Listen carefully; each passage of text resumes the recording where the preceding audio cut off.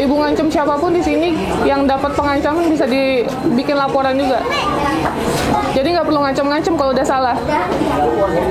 Cuman nggak nyangka aja, Nggak nyangka ketahuan. Makanya. Anaknya nakalnya berak di celana apa di celana. Ya kenapa dikunci pintunya? Kenapa nggak dikasih popok? Berak celana apa? Kau beli dari mana, Pem? Udah di itu, tapi anak yang kecil katanya nggak ada sama ayahnya. Nggak bisa. Tapi saya jamin tidak. Dua-duanya nggak bisa. Dua-duanya kita amanin. Iya Pak, maaf gimana Pak? Infonya kan anak yang saya. Dua-duanya Pak. Kita mau cek fisik ke rumah sakit. Kalau yang kecil saya bawa dulu. Nggak bisa Pak. Maksudnya nggak di sini kok, saya yang bawa. Nggak bisa Pak. Kita cek fisik, setelah cek fisik mungkin nanti sore selesai jam 4, jam 5. Kalau semua baik-baik aja saya serahkan, yang kecil. Mau dikontrol dulu Pak. Oh. Kita mau cek fisik Pak. Maksudnya bisa. Iya, sorean ya Pak. Tadi kan aku bilang, aku ke rumah sakit dulu, aku cek keseluruhannya. Nanti baru aku info Bapak lagi. Nanti hasil dari rumah sakit saya kasih tahu Bapak. Saya juga nggak menjamin Pak, anak yang kecil tidak ada trauma, tidak ada kenapa-napa gitu. Jadi kita harus pengecekan secara keseluruhan. Seperti ngeliat abangnya itu Betul Pak. Soalnya kan ini kan yang masalahnya kan yang pentingnya kita bisa maksudnya saya nggak tinggal di sini, saya bawa ke Iya, rumah. saya izin Pak, nanti sore saya hubungin lagi. Saya cek dulu ke rumah sakit ya. Berarti Pak RT ikut? Pak RT nggak usah ikut juga nggak apa-apa. Kan Bapak tahu nomor saya, Bapak cek aja. Belum tahu ya, bro. Itu udah saya save nomornya, Tinggal di WhatsApp. Ibu WhatsApp saya nggak tahu nomornya. Oh Iya, ini kan nggak ada sinyal Pak. Nih Pak, nggak ada sinyal. Nanti setelah itu baru saya telepon. Ya Bapak nggak usah takut, semua warga sini tahu saya kok. Ya Pak RT saya izin ya, minta nomor Pak RT. Oh ya, siap. Pak, saya izin juga minta nomor Bapak Pak. Takut butuh apa-apa nanti sebagai saksi. Oke, itu aja. Ini aku mau koordinasi dulu sama Komnas. Aku mau ngecek fisik juga kan ke rumah sakit biar ketahuan. Kayak waktu itu ada Inara kan ketahuan tuh kenapa-kenapanya. Jadi ini kita mau langsung aja. Iya, iya boleh. Lagi harus soalnya.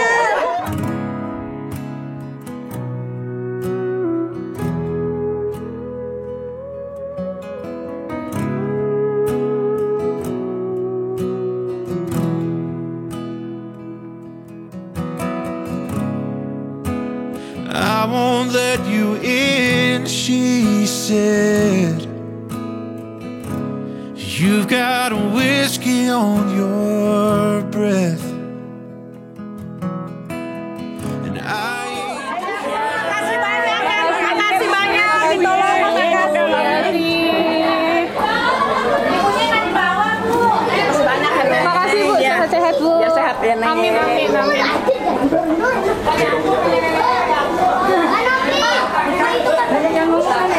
Apa? Aku udah follow. Oh iya, oke. Nanti aku follow back. Apa namanya, Kak? Halo. Aku udah follow. Aku udah nonton. Misi ya Bu. Makasih ya. Ya, makasih. Izin Bu. Dadah, Kak Novi. Dadah. Foto ketiga. Yuk. Lihat.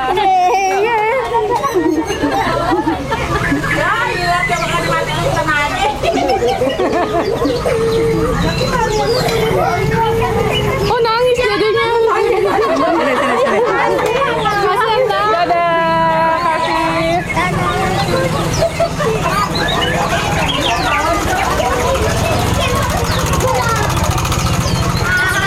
Makasih Bu.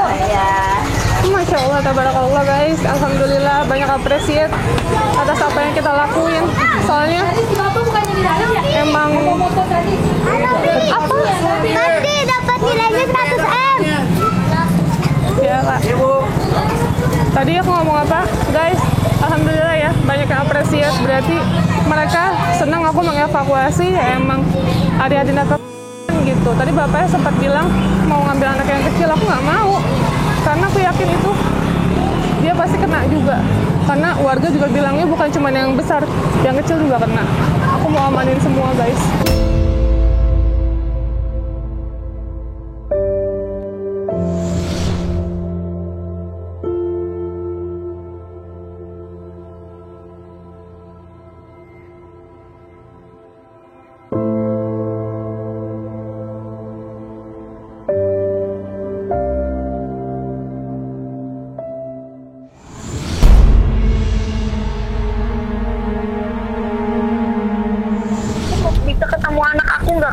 Iya, Ibu tadi kemana, Bu?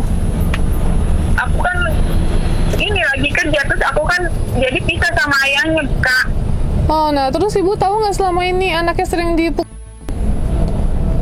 Kak, aku nggak tahu sama sekali. Kita nggak ada yang tahu, tetangga pun nggak ada yang ngomong sama aku, nggak ada. Nggak ada sama sekali? Nggak tahu, aku nggak tahu, Kak. Oh, Makanya pas tadi aku lihat di Instagram itu, aku tahu dari tetangga aku, pada dia ngasih tahu, katanya anaknya gini nih. Makanya aku mau hubungin tetangga dekat rumah. Kata dia, iya, maaf ya kalau selama ini aku nggak berani ngomong karena kita pada takut. Katanya gitu, ya udah. Makanya aku cuma nanya sama ayahnya tadi. Aku udah nanya sama ayahnya. Ya udahlah, jadi kita berdebat gitu, terus aku juga nanya, sekarang anaknya dibawa kemana? Katanya dibawa sama Pratiwi, makanya aku cari di Instagram. nah terus Bu, kenapa yang ngasuh bapaknya Bu, bukan Ibu? Karena panjang ke ceritanya, karena itu juga aku cerita di telepon, karena anak kita ada 4, kita bagi 2. Oh, total ada 4? Anak aku ada 4, yang 2 sama aku di rumah. Oh, iya kan, tapi tetap anak itu kan hak asuhnya harusnya di Ibu, di bawah 15 tahun. Ya, iya, makanya saya mau ketemu, karena kan emang ceritanya panjang kan, jadi nggak bisa juga aku ceritain di telepon, karena kan posisinya aku juga kerja buat nafkahin anak-anak juga. Oke, jadi jam berapa Bu bisa ketemu? Ntar malam bisa nggak kira-kira? Soalnya ini Ntar anaknya kalau nggak bisa Bu, ini kita mau bawa ke rumah sakit dulu Bu, kita mau cek fisiknya, karena ada luka-luka lebam. iya, kita mau ngedampingin, Kak, bisa nggak? Apa? Maaf? Maksudnya saya pengen ngedampingin, maksudnya pengen lihat anak saya juga. Oh, mau ikut ngedampingin juga ke rumah sakit? Pengen sih, Kak. Ya udah. Nanti kita kabarin rumah sakitnya di mana. Tapi kemungkinan rumah sakitnya di Tangerang Bu, dekat sama tempat kita soalnya. Oh iya, kita juga di Tangerang, Kak. Kita lagi ada di daerah Sepatan. Ya udah Bu, nanti saya kabarin rumah sakitnya ya Bu. Iya Kak, iya Kak. Saya kabarin ya, Kak ya. Ya, makasih Iya, Bu. terima Ini kasih kita banyak, arah Kak. ke rumah sakit kok. Iya, terima kasih banyak, Kak. Iya. Udah nolong anak Oh, saya, ya. itu yang pertama Bu. Sebentar Bu, yang kedua ini kita mau lanjut ya Bu, lapor polisi ya. Ya, iya, saya malah melapor polisi, ya benar, Kak. Saya Ya. malah mau langsung untuk melapor ke sana, biar ada hukum jerah aja buat Betul. neneknya. Nanti Karena kita selama ini saya nanti kita dampingin Bu. Nanti ngobrolnya lebih jelas pas ketemu aja kita dampingin. Tapi Ibu harus tahu kalau kita mau tindak lanjut ke ranah lebih serius gitu. iya, Kak, iya. Tapi aku nggak bawa ininya loh, Kak. Kayak kartu kianya dia, aktunya dia aku nggak bawa. Soalnya dia Minta tolong difotoin aja dulu Bu. difotoin aja Iya, untuk difoto apanya. bisa. Untuk bukti ke kantor polisi nanti. Iya. Ya Bu, tolong Iya, Kak, iya, Kak. tolong kumpulin Iya. semuanya ya Bu, kartu keluarga, akte lahir dan lain-lain ya. Iya, Kak, iya, Ya Kak, Bu, iya. nanti kirim ke saya ya Bu. Makasih Bu. Iya. Ya, Ini Assalamualaikum. nomornya ya, Kak, ya? Iya betul nomornya. Iya, ini juga ada nomor WhatsApp-nya kan, nanti aku Betul. WhatsAppin ke Iya, nomornya. iya Bu. Cuma tadi nggak direspon. Iya Bu, baru dibaca kita tadi habis bantu orang juga.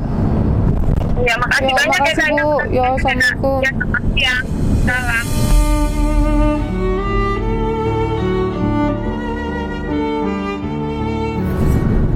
Oke guys, tadi itu ibunya Kak sama ibunya siapa? Dan katanya ternyata anaknya 4, jadi dibagi dua. Tapi setauku biasanya kalau misalnya divorce itu anak di bawah umur itu tinggal sama ibunya, hak asuh gitu. Kalau nggak salah kurang lebih di bawah 15 tahun ya, maaf kalau salah dikoreksi ya, tapi setauku seperti itu. Tapi kalau misalnya dibagi-bagi gini aku nggak tahu, mungkin dealingnya seperti apa ya Mas, kesepakatannya seperti apa di awal. Nah kayak gitu guys, jadi makanya ini kita mau tindak lanjut ke ranah yang lebih serius. Aku pengen bikin laporan polisi, jadi nanti dicek fisik dulu adiknya di daerah Tangerang biar dilihat itu matanya lebam kenapa, semuanya, baru nanti pendampingan sama ibunya ya Mas, ibunya kalau bisa nanti sama PRT juga sebagai saksi, terus sama tim dari kita ya. Mohon doanya aja nih guys, kita dikasih kelancaran. Terus tadi anaknya kita tanya juga mau pulang ke nenek nggak mau, mereka dua-duanya sama-sama trauma.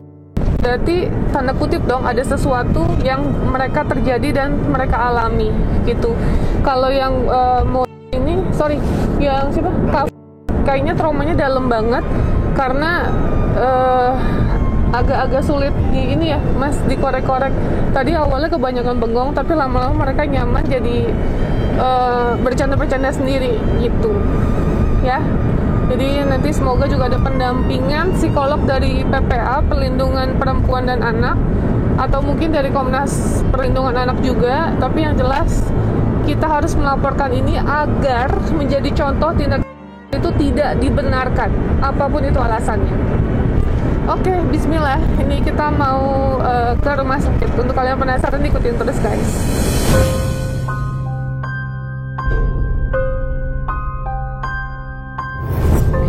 Assalamualaikum warahmatullahi wabarakatuh. Oke guys, sekarang kita alhamdulillah udah ketemu sama ibu dari adik-adik kami dan Teteh, maaf sebelumnya nih ibu. Kok bisa sih anaknya sampai sama bapaknya?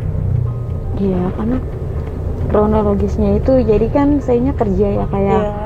Terus kitanya juga udah pisah. Oh, jadi bapak sama ibu itu udah pisah.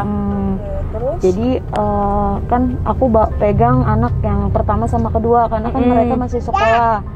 Jadi aku yang pegang karena kalau misalnya sama ayahnya kan otomatis sekolahnya jauh, takutnya nanti sekolahnya malah nggak ini dilanjutkan. Oh, terganggu gitu. Jadi sebelumnya memang tinggal di rumah saya. Tapi dari yang awal pertama saya kerja pas saya masih sama ayahnya itu emang dia berdua tuh udah sama neneknya, karena kan kalau aku kerja yang jaga mereka siapa? Karena kan mereka masih kecil juga Kak. Jadi aku titipin sama neneknya. Nenek dari bapaknya? Dari ayahnya, iya. Gitu. Tapi saya pas udah pisah sama ayahnya itu kita masih kayak aku suka ke rumah nih untuk nengokin anak-anak. Emang masih suka lihat akunya. Terus kemarin pun aku terakhir lihat kayaknya 2 minggu yang kemarin lah Kak. Duduk nak. 2 minggu kemarin aku sempat nengokin anak-anak. Aku nengokin aku ngasih susu sama pampers perlengkapannya anak-anak. Maaf teh, aku potong. Saya suka nengokin dan terakhir 2 minggu yang lalu teteh bilang udah ketemu. Otomatis teteh udah melihat kan lebam-lebam luka si anak-anak. Apa teteh nggak nanya kalau anak-anak? Aku udah nanya sama anak sendiri, cuman dia tuh nggak pernah mau cerita. Dia cuman kayak enggak, dia tuh terlalu banyak diem Kak, diem. Terus aku tuh sempet nanya sama neneknya, ini kenapa kataku gitu. Terus kata neneknya jatuh. Tapi kan namanya perasaan orang tua kita nggak bisa dibohongin ya kan. Hati aku cuma aduh anak aku kenapa nih. Terus aku cuma bilang sama nenek, Bu, tolong jaga anak-anak. Bagaimanapun ini kan cucu ibu juga kayak anak ibu sendiri. Aku bilang gitu. Iya iyalah, masa mau ini enggak Bu, kalau ibu sampai ngasarin kaki atau mau aja ibu berurusan sama aku bilang gitu. Aku kerja mati-matian buat anak. Aku tuh janji aku tuh kalau aku udah punya uang banyak, kalau punya uang lebih aku bakal ambil kok Bu anak-anak aku bilang gitu.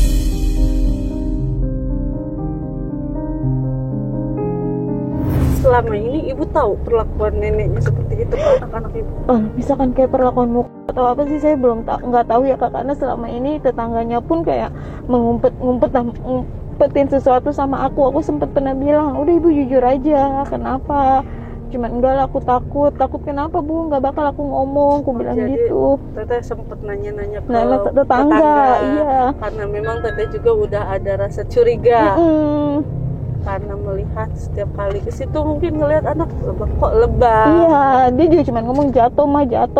Jadi kan aku jatuh kok bisa begitu, nggak mungkin. Namanya orang tuh itu punya. Ya udah makan sayang, makan. Ya jadi kan kayak punya rasa kok perasaan aku nggak enak. Kayak anak-anak aku malah makin kurus, malah kayak nggak diurus kata aku gitu. Makanya kan aku bilang maaf juga nih ya teh.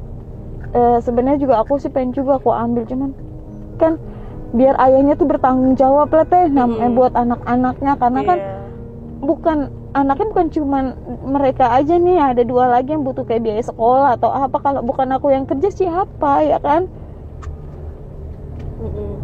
Jadi selama ini teteh kerja karena meninggalkan anak pun dengan alasan yang jelas. Terus kalau untuk 2 bulan ini emang saya lagi nganggur teh. Saya lagi nganggur, cuman kan saya sebisa mungkin ya udahlah anak-anak di neneknya dulu, karena kan ada sosok ayahnya juga, walaupun kayak gitu itu ayahnya juga.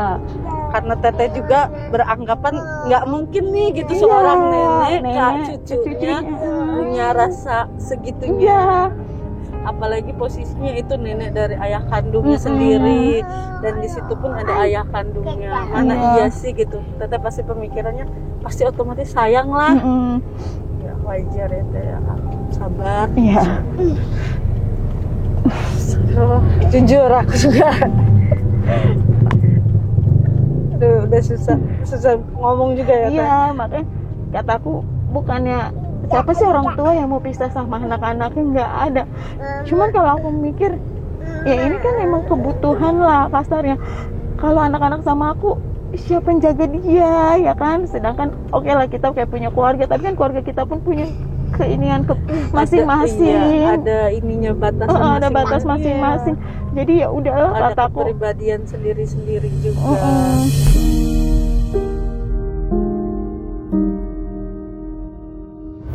Kalau boleh tahu, memang udah berapa lama anak-anak Teteh tinggal sama neneknya?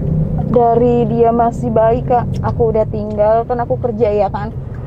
Dari dia masih bayi sampai sekarang. Tapi pas aku kayak mulai pisah sama ayahnya itu udah mulai 8 bulan lah. Selama 8 bulan itu aku pisah sama ayahnya. Di situ juga aku udah nggak pernah dikasih nafkah, kayak buat anak-anak tuh udah nggak ada. Jadi terpaksa kayak aku yang kerja sendiri. Terus akhirnya aku lagi nganggur kan 2 bulan ini. Jadi ya udah, maksudnya pikiran aku, ya masa sih sesosok ayahnya sendiri tega ya kan. Makanya saya tadi nggak nyangka neneknya sendiri. Makanya pas kata aku, ya mungkin ini udah jawaban dari Allah lah, kata aku gitu kan. Dibuka, diiniin. Ada yang minta kan? Ada yang minta. Enak.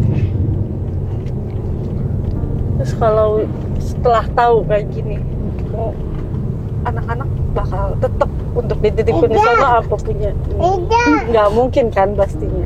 Kayaknya enggak deh Kak. Kayaknya lebih baik ibu ibarat kata mau susah. Aku ambil ya mungkin susah seneng ya. Udah bareng kali mungkin Kak.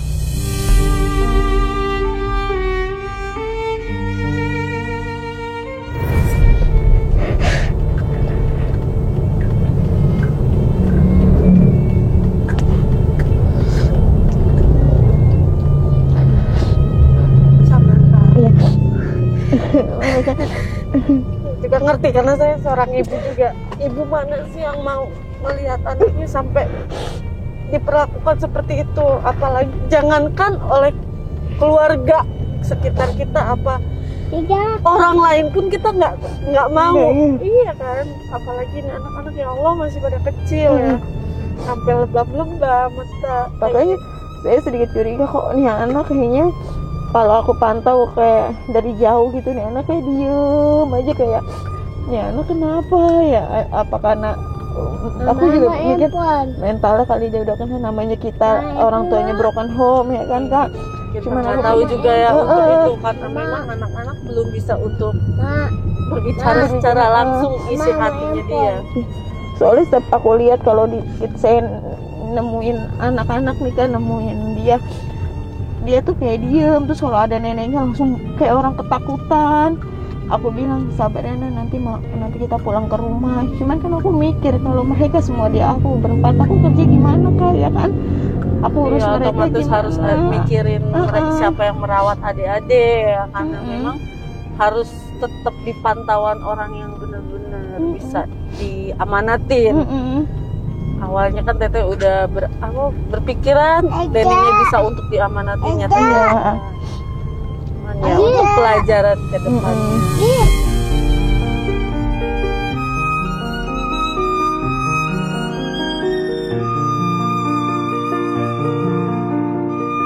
Boleh diceritain nggak gimana nih? Aku kaget juga sih. Sebenarnya ini kasus dari 4 hari lalu. Aku diinfo sama warga, tapi aku nggak boleh kasih tahu ya siapa warganya. Yang info itu 4 orang, lebih dari 3. Terus dia bilang kondisi kakaknya ini tadinya parah banget. Nanti aku kirimin fotonya. Terus aku aku lihat kondisinya memprihatinkan, terus karena kemarin kita kan ada berhalangan hadir ya, terus saya bilang ya udah hari ini saya datang, saya mau lihat langsung. Terus si mbaknya takut. Aku bilang saya tetap datang, saya mau ngamanin anaknya. Akhirnya qadarullah, tadi saya nanya sama RT sebelah, ternyata saya salah RT. Tapi bapak itu juga mengetahui tentang anak ini, jadi satu kampung udah tahu semua.